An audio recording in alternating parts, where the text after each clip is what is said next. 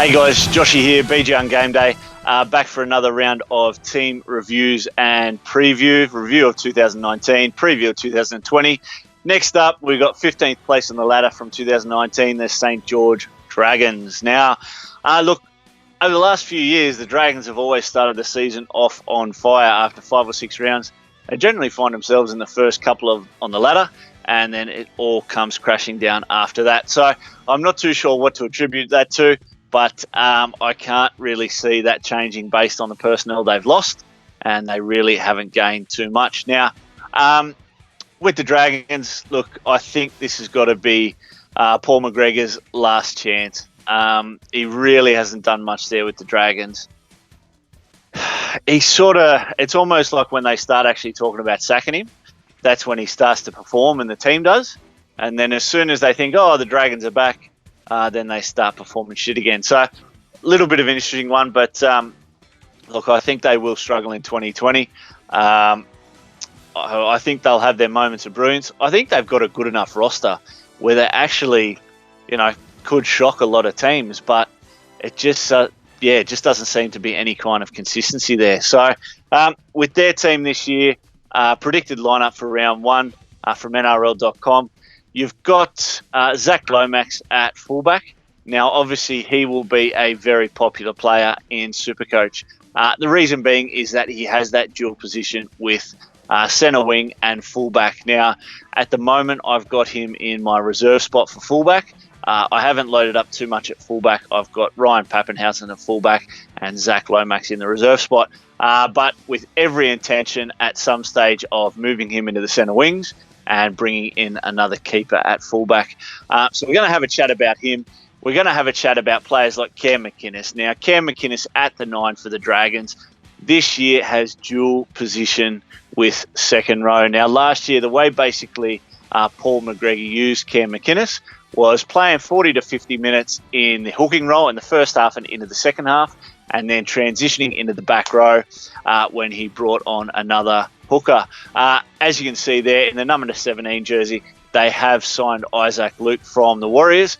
He's been given a lifeline, and this is probably actually the perfect role for Isaac. At the end of the day, 25 to 30 minutes of fullback for a guy who's pretty much used to playing 80 minutes is going to be awesome. His body's getting older, but he can probably retain that quickness for 25 to 30 minutes. So Cam McInnes is going to basically play that same role. Now, 2019 for Cam McInnes was a huge year. He averaged 68. It means starting this season, despite his dual position and the benefits behind that, he is $633,000. It is the highest starting price he's ever had to start a season.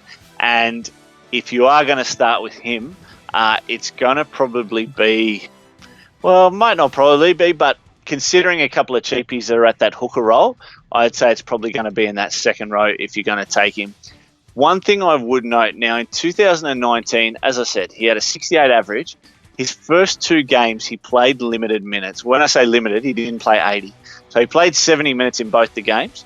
He did, need that early breather just come into the season with match fitness. And he only scored 44 and 54 points. So my point there is, if you're probably going to play him, if that repeats itself for this year and he scores 40 to 50 points in that first couple, we're going to see a price drop before anything else. So look, at 630,000, he needs to keep those kinds of averages up, or he will drop that 50 to 80,000 in money. If you can get him at 550, I think that'd be perfect.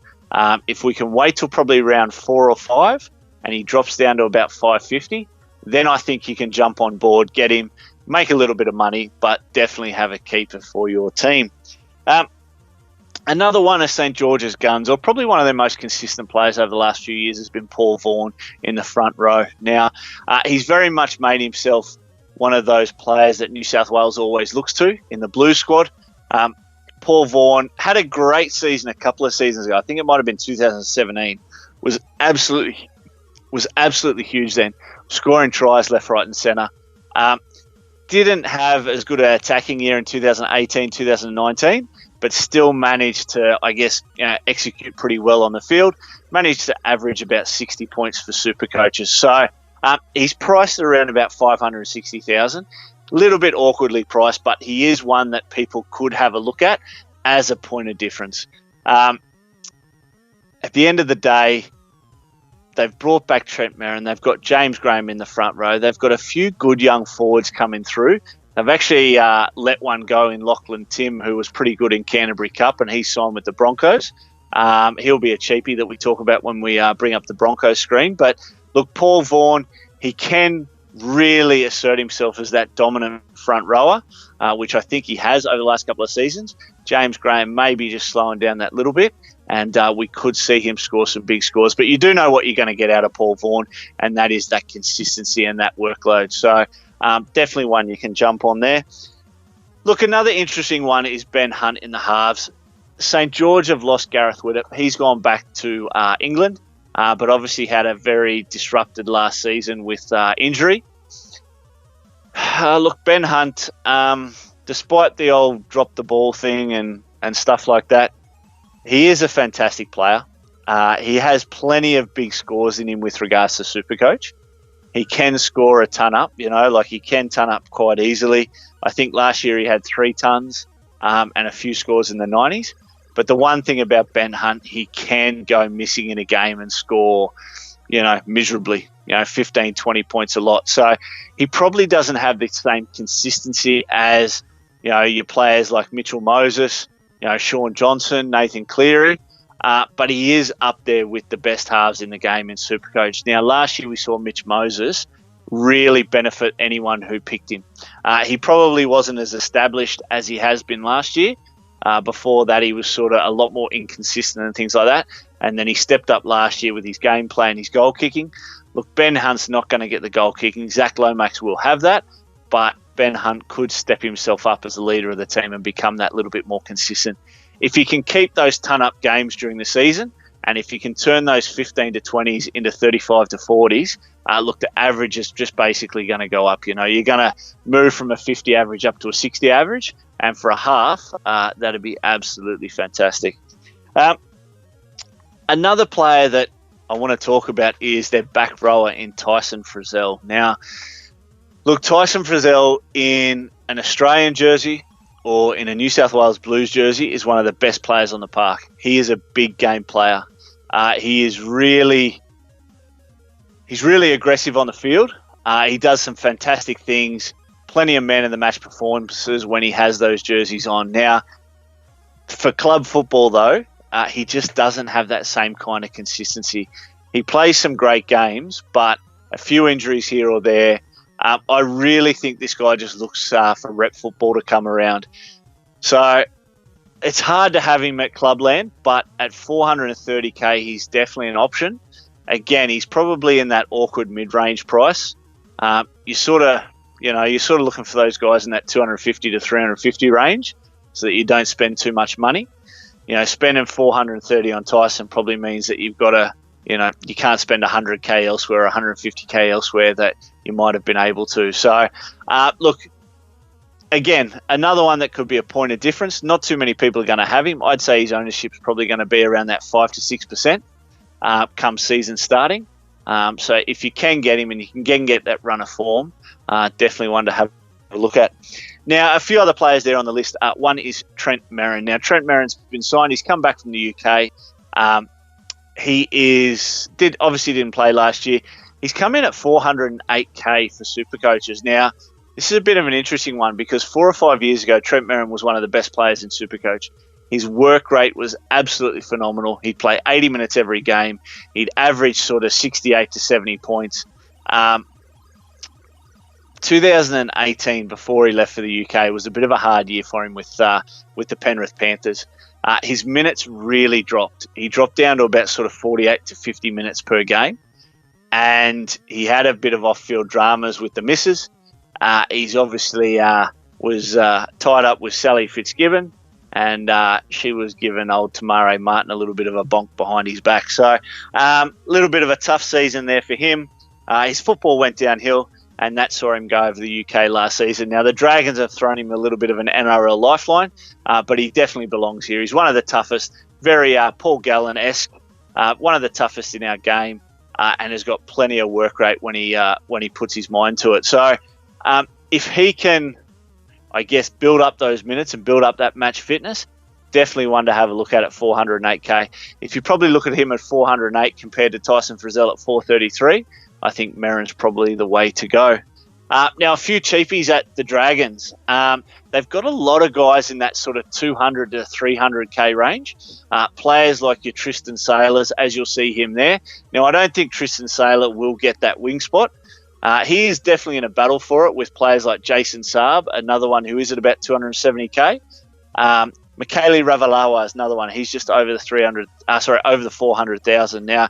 He had a cracking year last year for a debut season. At one stage, I think he got up to about 550,000. But consistency was the hardest part for him there, as it was for the Dragons. You know, when they played a good game, it seemed to be Ravalawa that was benefiting from it. So plenty of games. I think he might have scored in about 6 or 7 games in a row. So a few guys in there, and another one is Terrell Fuimoano. Now, he came over from the Bunnies. He had a few years with the Bunnies, and then I think he might have been a fair bit in Canterbury Cup last year, but they've brought him into their squad. So a lot of these guys on the edge, you've got your Matt Dufties, you've got your Jai Field. It really is going to be hard to sort of pick any of those Dragons with certainty. Team List Tuesday will obviously reveal a lot, but knowing Paul McGregor, he could change everything in round 2. One name that is awesome to see there on the list is their number 5, Jordan Pereira. He was a godsend for me last year in Supercoach. I actually picked him at the start of the year to be my pod. He started the year at about 300,000. I think I sold him at about 500. I made a clear 200k. He played awesome. At one stage there, he did have a bit of an injury. I think he had about probably 5 or 6 weeks out. When he came back in, a couple of the other players had sort of established himself, and he found himself back in Canterbury Cup, and he had one of the most horrendous looking, not so much the injury, but one of the most horrendous looking falls. He scored a try in the corner, or he went up for a bomb or something like that, and he landed basically on the corner of his neck. His head turned over sideways. When I saw it, I absolutely feared the heck out of it, guys. So great to see his name back, and hopefully he can get that starting spot back. He's a great ball runner. He's got plenty of tackle bust, can score a try. Price-wise, I think he's around that 400k to start with, similar to Ravalawa. So anyone who does want to jump on board, as I say, he started at 300, 350 last year and made it to 550. So if he can repeat those kind of price jumps, you'd be very happy to own him. Look, guys, that's about it for the Dragons. Obviously, with their draw next season, it's not too bad. Again, another one that's got the buy in round 16. So any Dragons that you do own, you won't have to worry about getting rid of for round 12.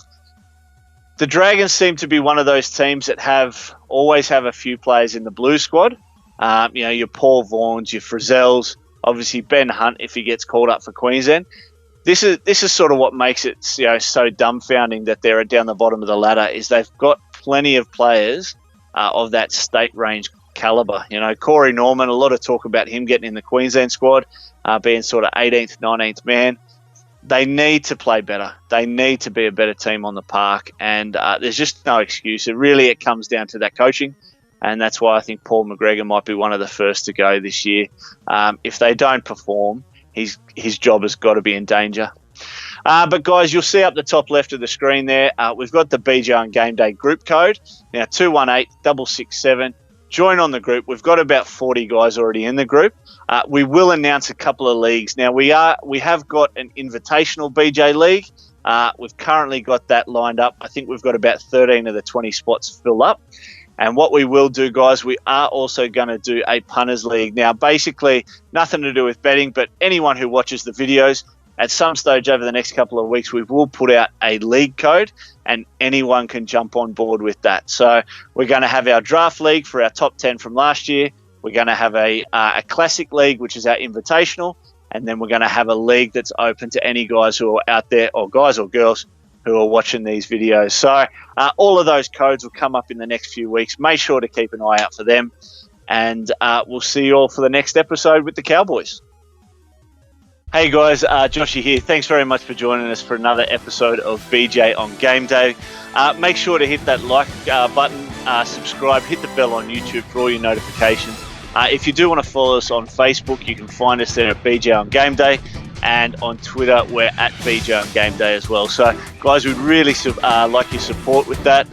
Follow us so we can know you guys are enjoying the content. Thanks very much.